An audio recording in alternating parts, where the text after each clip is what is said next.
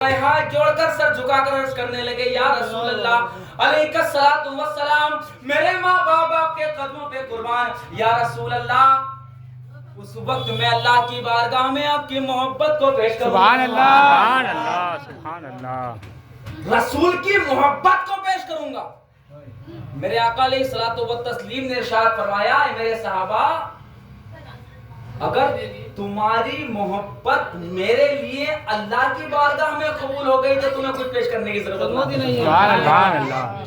اب شاعر نے ترجمانی کی، کیا کہا کہ یا رسول اللہ چھوٹی سی کوٹری ہوگی، اپنے ذہنوں کو قبرستان لے جائیں، چھوٹی سی کوٹری ہوگی، تھوڑی سی جگہ ہوگی، یہاں تو اتنی روشنی میں ہم اور آپ بیٹھے ہیں، بے شک پنکھے کا بھی انتظام ہے، پانی کا بھی انتظام ہے، کھانے کا بھی انتظام ہے، بے شک بے ہر شک، چیز کا انتظام ہے، اور سب کا انتظام ہونے کے بعد پھر بھی ہمیں بے چینی ہے۔ لیکن الہ العالمین مالک و مولا، بڑی چھوٹی سی جگہ ہوگی، ادھر کروٹ لیں گے تو ایک ہی کروٹ لے سکتے ہیں، ادھر کروٹ لیں گے تو ادھر ہی رہ سکتے ہیں، لیکن اس وقت میں جب منکر نکیر آئیں گے اور اس قبر کو چیرتے ہوئے آئیں گے اور مجھے جھنجھوڑ کر اٹھائیں گے تو میں کیا کہوں گا؟ جب مجھ سے پوچھیں گے من ربوں کا، ماں دینوں کا، تیرا دین کیا ہے، ماں کنتا تقولو فی حق حاضر رجل، تو ان کے بارے میں کیا کہتا ہے؟ تو شاعر نے اس پہ ترجمانی کی ہے کہ یا رسول اللہ میرا دین و ایمان فرشتے جو پوچھیں، یا رسول اللہ میرا دین و ایمان فرشتے جو پوچھیں، میرا دین و ایمان فرشتے جو پوچھیں تو تمہاری ہی جانب اشارہ سبحان اللہ کروں، تمہاری ہی جانب اشارہ کروں میں، میرا دین و ایمان فرشتے جو پوچھیں، میرا دین و ایمان فرشتے جو پوچھیں تو تمہاری ہی جانب اشارہ کروں میں، تمہاری ہی جانب اشارہ کروں میں، حبیب خدا کا نظارہ کروں میں، اور دل و جان ان پر نثارہ کروں میں۔ اور منقبت کا آخری شعر سماعت فرمائیں، ارشاد ہو۔ کیا کہا؟ اب دل کی تمنا ہے جو ہمارے تمہارے دلوں میں ہے کہ خدا خیر سے لائے وہ دن بھی نوری، بے شک، یا رسول اللہ خدا خیر سے لائے وہ دن بھی نوری، خدا خیر سے لائے وہ دن بھی نوری، جو مدینے کی گلیاں پھوارا کروں میں، مدینے کی گلیاں پھوارا کروں میں، حبیب خدا کا نظارہ کروں۔ تو درود پڑھنا چکھنا ہے، مرنے کا ذکر کہیں نہیں آیا، مرنے کا ذکر کہیں نہیں آیا، موت کا ذائقہ چکھنا ہے۔ ذائقہ آپ حضرات اپنے گھروں پر کیا کھا کر کے آئے ہیں اس کا ذائقہ آپ جانتے ہوں گے، میں نے کیا کھایا اس کا ذائقہ کیا ہے میں جانتا ہوں، صاحبہ خانہ نے کیا کھایا اس کا ذائقہ یہ جانتے ہیں، تو ایک ذائقہ ہے، ٹیسٹ ہے۔ لیکن آؤ اگلی آیت پڑھیں، اس ذائقے میں وہ لذت ہے، وہ مزہ ہے، وہ مٹھاس ہے، وہ ٹیسٹ ہے کہ دنیا کے کسی ذائقے میں نہیں۔ بے شک بے شک بے شک۔ لوگ کہتے ہیں کہ سائنیٹ چکھنے کے بعد انسان نے اس کا ذائقہ نہیں بتایا. لیکن میں کہتا ہوں کہ پیارے غلط ہے تیری سوچ. ایک موت کا ذائقہ ایسا ہے جو کہ نہیں بتایا. بے شک وہ ذائقہ چکھنے کے بعد اس رب کی طرف کو اتنا دیوانگی پیدا ہو گئی انسان کے اندر بے شک کہ اگلا پل گھر نہ ہو قبر ہو. بے شک بے شک حقیقت ہے. اگلا پل گھر نہ ہو قبر ہو. آگے ارشاد ہوا وَإِنَّمَا تُوَفَّوْنَا أُجُورَكُمْ يَوْمَ الْقِيَامَةِ. اور ایک دن اس دنیا کی ہر چیز فنا فنا ہوگی. بے شک یہ اولاد فنا، ماں باپ فنا، دھن دولت فنا، شہرت عزت فنا، یہ تندرستی فنا، یہ خوبصورتی فنا، یہ بناوٹ فنا، یہ سنگار فنا، یہ نقشے بازی فنا، یہ دھن دولت فنا، سب کچھ فنا. بے شک بے شک تو یہاں جب ایک چیز فنا ہے تو اس کے پیچھے یہ قوم کیوں دوڑ رہی ہے؟ بے شک ہم کیوں دوڑ رہے ہیں جب ہر چیز فنا ہے؟ تو پیارے کسی بھی حدیث پاک میں یا قرآن کریم کے 6666 آیتوں میں حافظ صاحب جلوہ افروز ہیں، نہ تو میں نے سنا نہ میں نے پڑھا کہ موت یہ سب کچھ فنا ہونے کے بعد انسان کا کوئی چیز کامیاب رہتی ہے. بے شک یہ خوبصورتی تو فنا ہو گئی نا. زندگی کس لیے؟ زندگی زندہ دلی، زندہ دل کا نام ہے. مردہ دل کیا خاک جیا کرتے ہیں. لوگ کہتے ہیں مر گیا مر گیا مر گیا. یار کہاں سے مر گیا؟ ارشاد فرمایا آگے کہ لوگ کہتے ہیں کہ انتقال ہو گیا. انتقال کا معنی یہ ہے کہ اپنے یہاں سے دوسری جگہ منتقل ہونا. بے شک بے شک یہ نہیں کہ دوسری جگہ مرنا ہے دوسری جگہ بس جانا. ایک جگہ سے دوسری جگہ منتقل ہونا. اب اسی کے ساتھ ساتھ پیارے ابھی تک تو میں نے یہ نہیں پڑھا کہ ہاں موت جوانی میں لکھی ہوئی ہے یا کہیں سنا آپ حضرات نے، یا موت بچپن میں لکھی ہے، یا موت 20 سال کی 30 سال کی 40 سال کی عمر میں لکھی ہے. ایسا نہیں ہے. موت کا فرشتہ جو ہے جسے اسرائیل علیہ نبینا علیہ الصلوۃ والتسلیم یعنی ملک الموت کے نام سے پکارا جاتا ہے، وہ فرشتہ اتنا کڑک فرشتہ ہے کہ جب انسان کا وجود نہ تھا تب بھی انسان کے وجود کو بنانے میں وہی فرشتہ کام آیا جسے ملک الموت کہا جاتا ہے. اور جب انسان کو ختم کرنا ہوا تب بھی وہی فرشتہ کام آیا. بے شک بے شک یعنی جبرائیل کو رب نے بھیجا ہے، جبرائیل دنیا میں جاؤ مٹی لے کے آؤ. آپ حضرات نے بات سنا ہوگا. جبرائیل علیہ نبی علیہ الصلوۃ والسلام آئے، مٹی اٹھانے کے لیے ہوئے، زمین رونے لگی، گڑگڑانے لگی کہ جبرائیل یہ کیا کر رہے ہو، مجھے تکلیف ہوگی، مجھے پریشانی ہوگی، مجھے چھوڑ دو. چلے گئے. میکائیل کو بھیجا، یہی معاملہ پیش آیا. اسرافیل کو بھیجا، یہی معاملہ پیش آیا. لیکن ایک اسرائیل کی جب باری آئی اور جیسے ہی ہاتھ مٹی اٹھانے کے لیے ہاتھ چلایا فوراً جبرائیل وہی معاملہ پیش آنے لگا کہ اسرائیل یہ کیا کر رہے ہو. جبرائیل چھوڑ گئے، میکائیل چھوڑ گئے، اسرافیل چھوڑ گئے، تم بھی چھوڑ کے جاؤ، مجھے تکلیف ہوگی. اسرائیل علیہ نبی علیہ الصلوۃ والسلام نے ملک الموت نے کہا کہ اگر میں تیری بات مانوں یا رب کا حکم مانوں، میں تیری بات مانوں یا رب کا حکم مانوں. ادھر رب غفور، تو ادھر زمین، تیرا میرا کوئی تال میل نہیں. جو میرا پالنہار ہے پروردگار، میں اس کی بات نہیں ٹالتا. بے شک بے شک سبحان اب آ جاؤ پیارے اس مسلمان پر، اس قوم پر. فرشتہ اسرائیل جو دنیا کی روح قبض کر رہا ہے، مٹی اٹھائی رب کی بارگاہ میں لے گئے. اور پیارے انسان بچہ بعد میں اپنی ماں کے رحم میں جاتا ہے. شریعت میں کوئی شرم نہیں. بچہ اپنی ماں کے پیٹ میں بعد میں جاتا ہے، پہلے باپ کی پشت میں رہتا ہے. اور اس پشت سے بھی پہلے حدیث پاک کا مفہوم ہے اسرائیل علیہ نبینا علیہ السلام کو اس قطرہ ناپاک کو ہاتھ پر لے جا کر رب کی بارگاہ میں پیش کرتے ہیں. اندازہ لگائیے، وجود دیکھیں آپ انسان کا، انسانیت دیکھیں، رب کا احسان دیکھیں ہم پروردگار پر.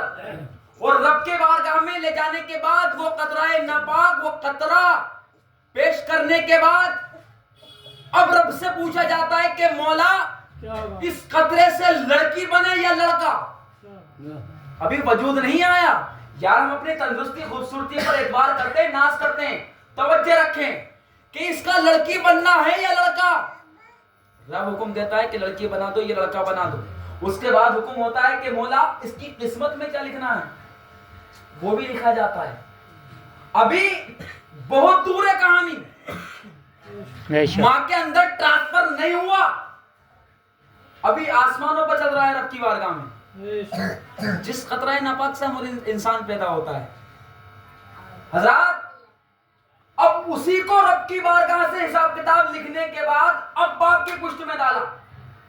باپ کی پشت سے ٹرانسفر ہوا ماں کی گود میں، اور اسی ماں سے وہ جنا، اور جننے کے بعد اللہ اکبر، تب انسانی شکل اللہ نے ہمیں اختیار دی اور ہم دنیا میں تشریف لائے. وہاں کیا کیا باتیں ہوئی کہ تیری جا کر بندگی کروں گا، تیری عبادت کروں گا، تیری ریاضت کروں گا، تیری حمد و ثنا کروں گا. لیکن ہم کیا کر رہے ہیں؟ آؤ قرآن سے پوچھتے ہیں. قرآن، ہم نے اپنی زندگی میں نہ جانے کتنے سجدے چھوڑ دیے، نہ جانے کتنے سجدے چھوڑ دیے،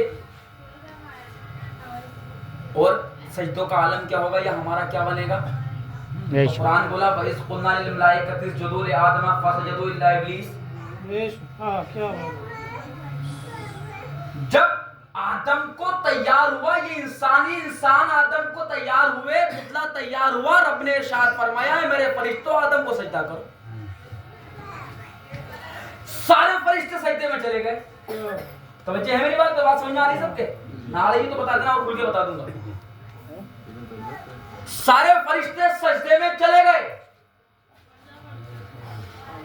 لیکن ایک شیطان، جس کے لیے قرآن نے ارشاد فرمایا ان الشیطان للانسان عدو مبین، شیطان انسان کا کھلا دشمن ہے، اس نے سجدہ نہیں کیا.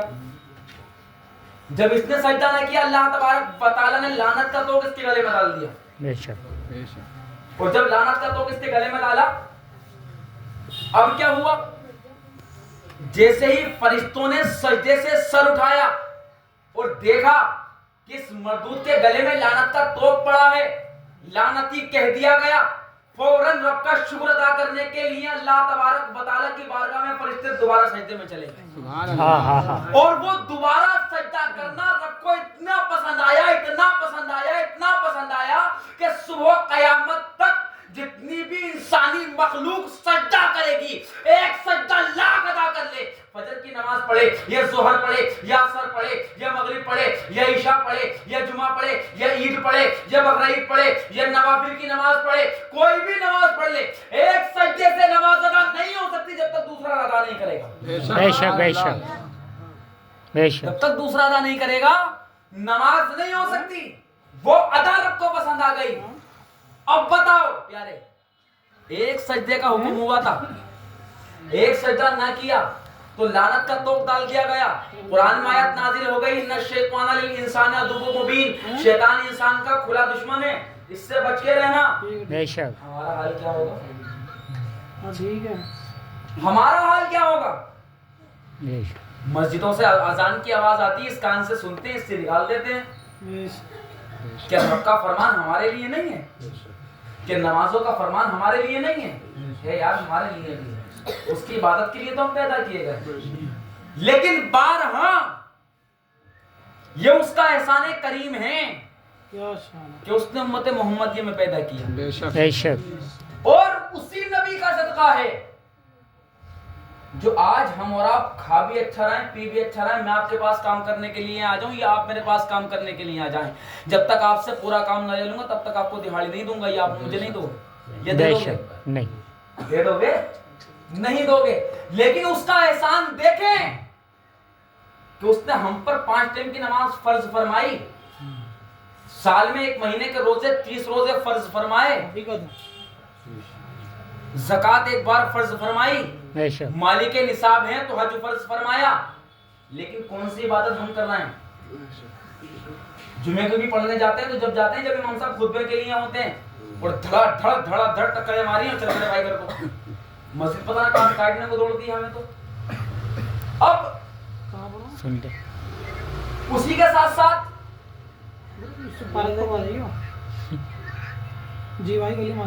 جب انہوں نے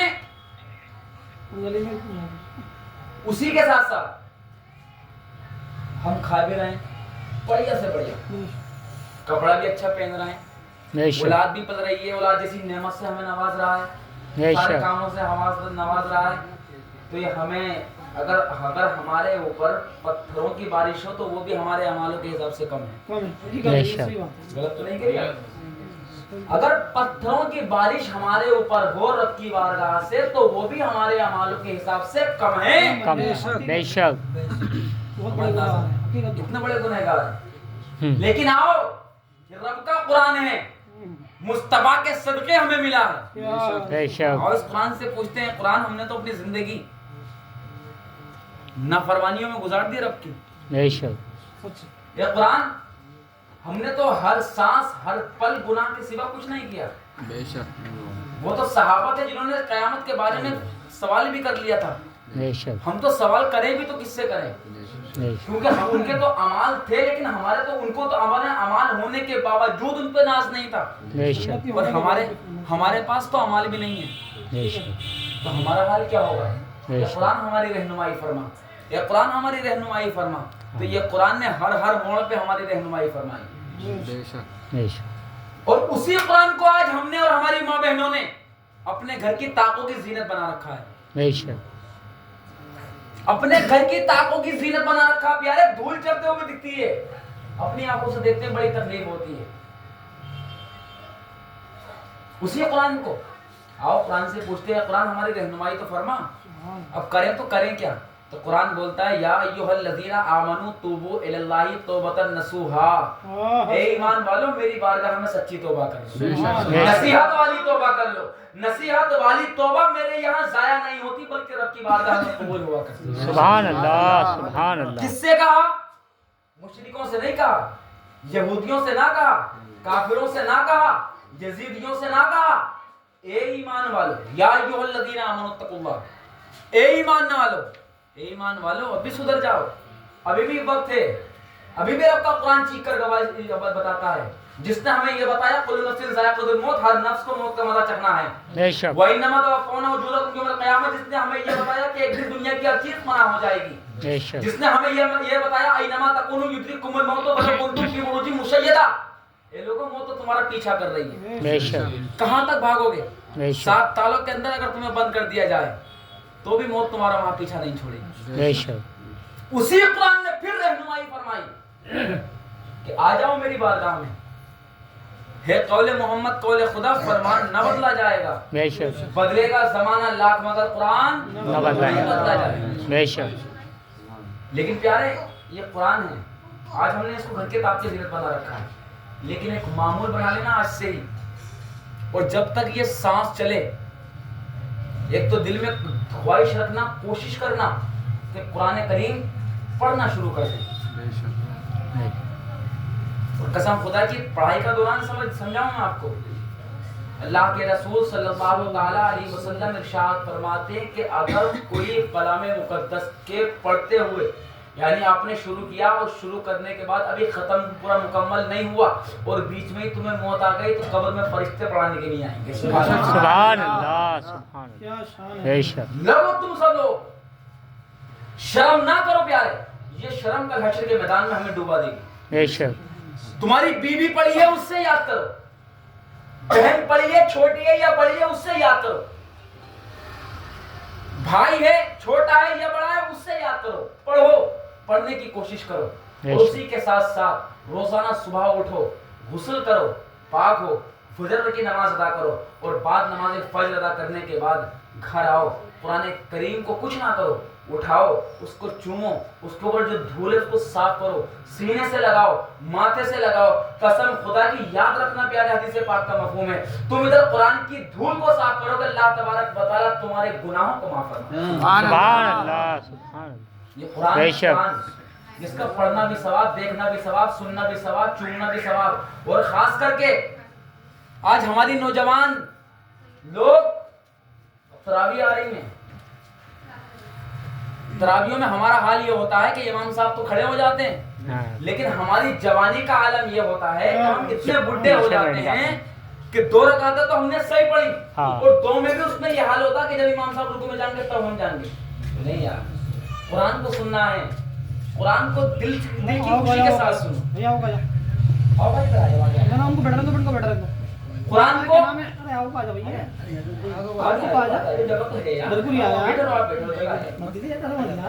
خوشی کے ساتھ سنو. ایسا نہیں مغرب کے وقت روزے بھی رکھو. لوگ کہتے ہیں یار ہمارے روزے، یار ہمارا حال کیا ہوگا، ہم کام کیسے کریں گے؟ بھلائی کا کام کرتے ہیں. لیکن پیارے ابھی شاید آپ حضرات نے مکہ مدینے کی گرمی کو نہیں سنا. آج بھی لوگ حاجی لوگ جاتے ہیں، انہیں بتاتے ہیں کہ اگر گنج کرا لیتے ہیں عمرے کے دوران تو گنج پر کالے کالے سے کی کھرنڈ کی طرح دھول سی جم جاتی ہے. آج بات اس کی بتا رہا ہوں، آج بھی یہی حال ہے وہاں کی، میری بات بتا رہا ہوں. یہی حال ہے آج بھی. اب اندازہ لگاؤ وہ اس گرمی میں بھی روزے رکھتے ہیں. لیکن بہرحال ہو سکے تو خیر، اب تو خیر کر لو جیسے بھی کر لو، لیکن روزہ نہ چھوڑو. یہ بڑی انمول دولت ہے، سال میں ایک بار مل رہی ہے، سال میں ایک بار مل رہی ہے. اور مقام دیکھیں روزہ دار کا، مقام دیکھیں روزہ دار کا. روزہ آپ رکھو گے اور افطار کے بعد سگریٹ بھی پیو گے، بیڑی بھی پیو گے، گٹکے بھی کھاؤ گے، چائے بھی پیو گے، سب کچھ کھاؤ گے پیو گے. لیکن جب تم روزے سے ہوتے ہو تو فرشتے تمہارے ہونٹوں کو چومتے ہیں. سبحان اللہ سبحان اللہ. تمہارے ہونٹوں کو چومتے ہیں فرشتے. اندازہ لگائیے کیا مقام ہے روزہ دار کا. تو روزہ نہ چھوڑو، کثرت سے رکھو.